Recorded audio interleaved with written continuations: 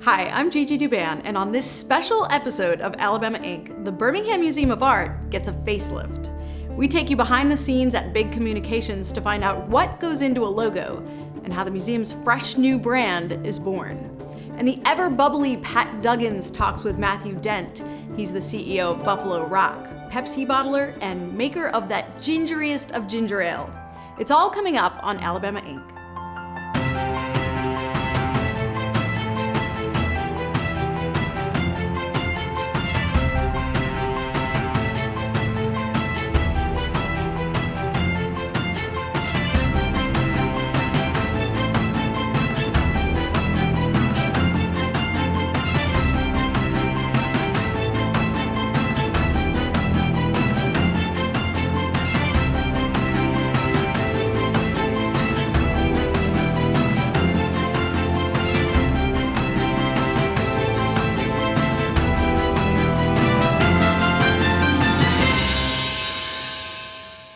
When you want to change up your look, what do? Maybe get a haircut, a couple new outfits, get a piercing.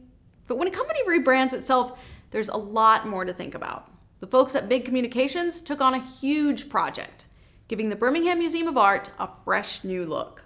We followed them over months to get an inside look at how that brand was born.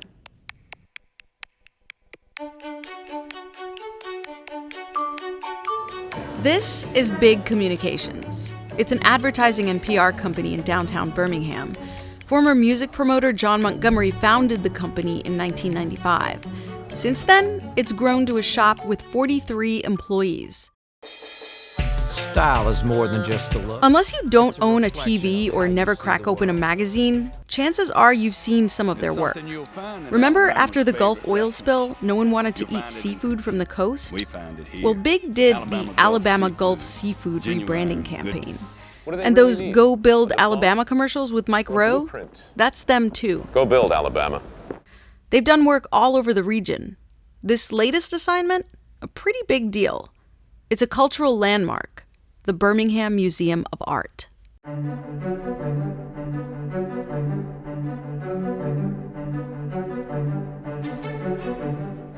The museum is huge, 150,000 square feet to be exact. That's a lot of space that museum officials say is underutilized in a way. Which is to say, there are hundreds and hundreds of people who walk or drive past the museum every day and have never set foot in the building. And that's why the museum needs a new brand. James Williams is the creative director there. So you guys are working with Big right now to do what? We want to redevelop our visual identity. The current one we have was kind of redesigned around 8 years ago, shortly before I started at the museum. The logo, which we use, is really just more of a piece of type, and it was developed before smartphones and before apps and before a huge digital media presence needed to be established for a brand. So one of the reasons we want to work with Big is to develop something that works in those digital arenas. You know, a nice, simple logo that can work, you know, in an app icon and things like that. What Big needs to do here goes beyond just a new logo. When you're coming up with a new brand, there are many more things to think about. Like the signs that tell visitors where to go, the images that pop up on a web search, even the little placards that describe the art on display. First things first, Big needs to get a lay of the land. Museum director Gail Andrews leads the folks at Big on a tour. All the info the crew at Big gleans from this first visit will be pored over and analyzed for weeks. This is all to get ready for the project kickoff meeting. That's the next step.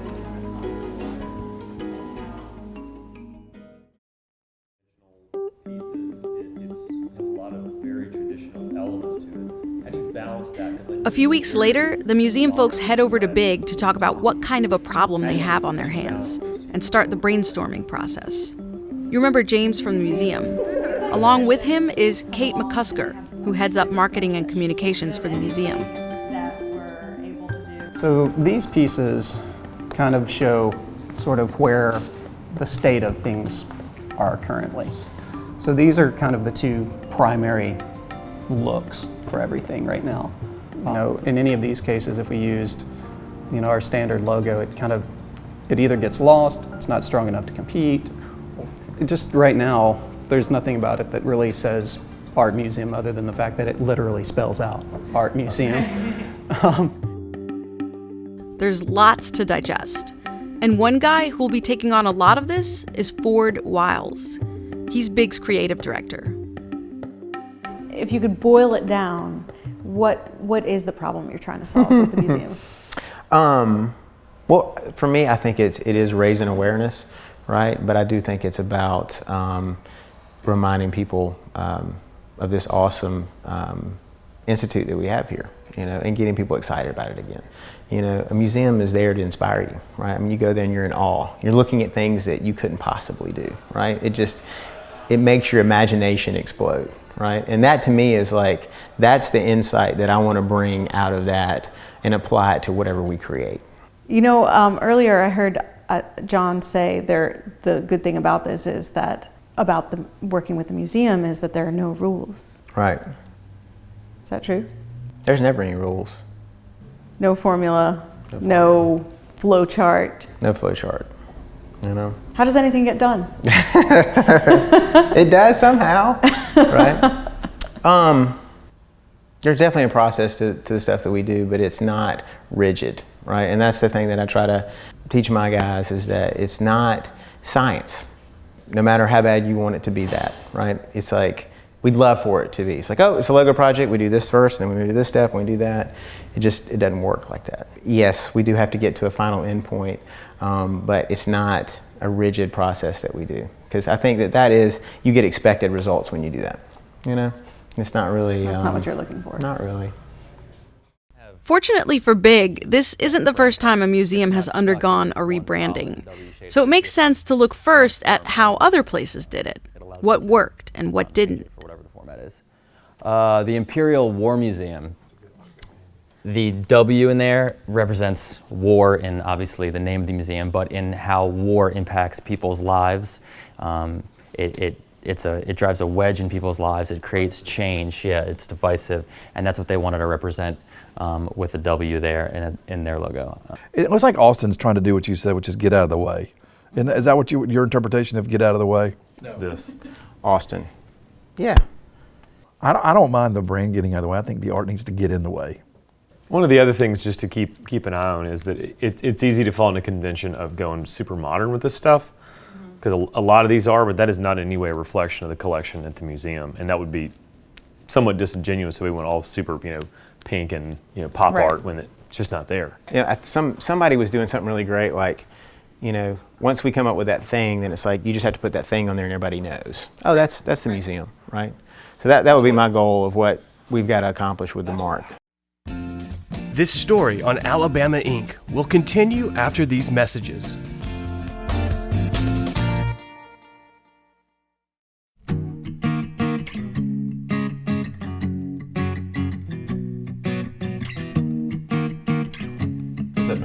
Several more weeks have gone by. There's been lots of brainstorming at Big as far as logos, images, shapes, colors, all of that. So what are we looking at? Well, this is typically an art board for an illustrator, right? So an art board is when you start working on a logo or any sort of creative files, this is kind of just the madness that goes on. How many different designs are on this right now?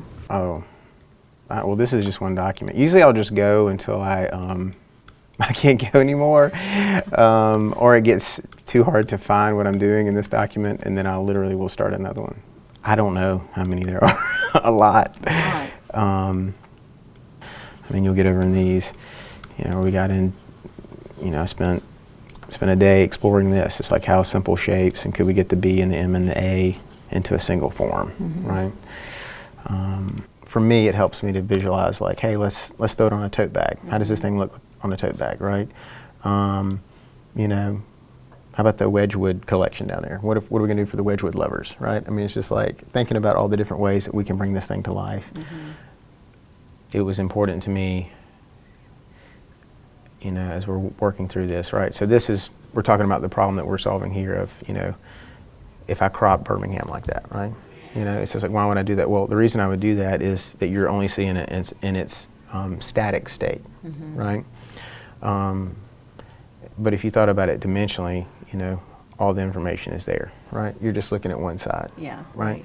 So those are the kind of things that, like, it really helps to put them in motion, to kind of look at them to see, because if I just showed you that, it's like, well, that's not very good, right? But I show it to you moving, you have a different opinion of it, right? Aaron Gresham is on Big's creative team. His process is a little different than Ford's. He goes old school, with pen and paper doodles. You've got some doodles in this notebook? Yes, a lot of doodles. You're doing it old school, pencil and paper. Yes. Instead of using this fancy contraption Well, over here. Why? The computer's limiting. Immediately the tool starts holding you back. You know the shapes that it can make naturally. You know the line tool. Whereas here I can draw anything, and very, very quickly. I can work through 40 or 50 loose sketches in a time that it would take to maybe do 1 or 2 here. I probably narrowed, who knows how many are in here, maybe a couple of hundred down to 8 to 10 that I took in and started playing with on the computer, and try to get an iconic symbol or seal that can read almost by itself. I wouldn't say like McDonald's or Nike, because they have tons of equity and a lot of money they've pumped behind that, but I would love for it to, as a piece of art, also read as the Museum of Art without the words.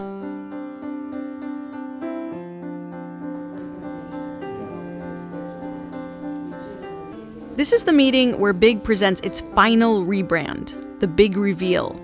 Everyone's here. People from Big, people from the museum, everyone back together again for the first time since that first museum tour.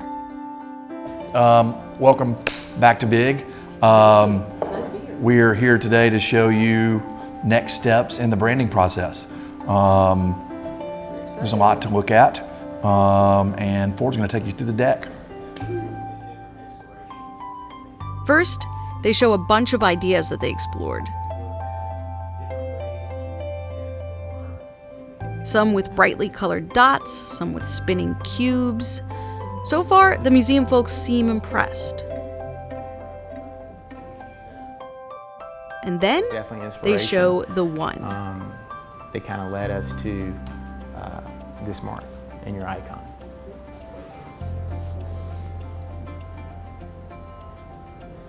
It uses the clean lines that form the museum's entrance.